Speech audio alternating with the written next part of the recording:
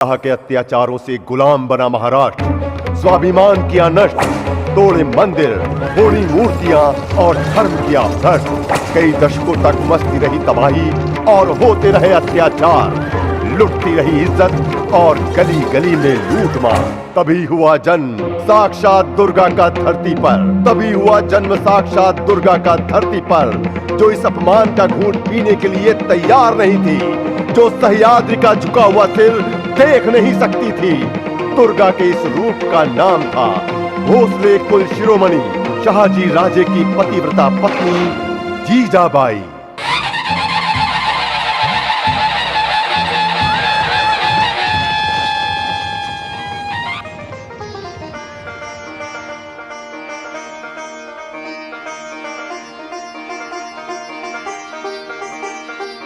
रानी साहिबा जीजा, हमारी जीत हुई है।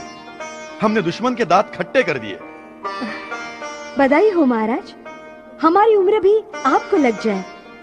आपके शौर्य पर हमें गर्व है। लेकिन महाराज। लेकिन क्या रानी साहिबा? आप साफ साफ बताइए, लेकिन क्या? क्या आपको नहीं लगता आपका यह शौर्य व्यर्थ है? व्यर्थ? ये आप क्या कह रही है? आदिल शाही और विजापुर जैसे ताकतवर फौजों को हमने एक साथ एक ही युद्ध में हरा दिया। निजाम शाही की रक्षा के लिए अपने खून की लक्ष्मण रेखा खींचने वाले इस शाहजी राजे भोसले के पराक्रम को आप व्यर्थ कहती है? क्षमा करें महाराज, लेकिन आप पराक्रम करते हैं तो किसके लिए?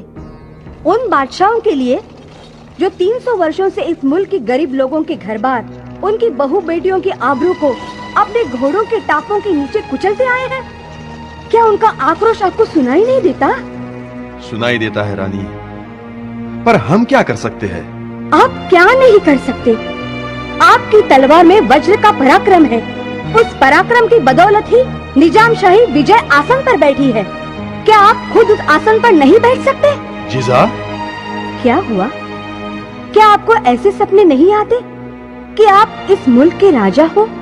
आते हैं रानी साहिबा, आते हैं। लेकिन ऐसे सपने आते ही हम चौंक कर नींद से जाग जाते हैं। हमारी 12 पीढ़ियों के खून में गुलामी घुल चुकी है। हमारी तलवारें गिरवी पड़ी है हमारे ईमान के साथ।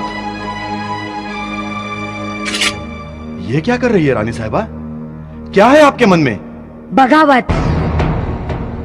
नहीं जीजा, नहीं, हम निजाम शाही से बगावत नहीं कर सकते। अब देखा नहीं जाता, अब सहा नहीं जाता। हे कैलाशनाथ, खोल दो तुम्हारा तीसरा नेत्र। हे महाशक्ति, उठाओ तुम्हारा त्रिशूल। हे महाविष्णु, छोड़ दो तुम्हारा सुदर्शन। हे भगवान, इस विश्व में कहीं तुम्हारा अस्तित्व है तो कर दो साक्षात्कार। हे चंड मुंड भंडासुर खंडिनी अम्बे, उदंड दंड महिषासुर मर्दिनी, माँ भवानी, माँ जगदम्बे, खोल दे अपनी द्वार और दिखा दे अपना चमत्कार।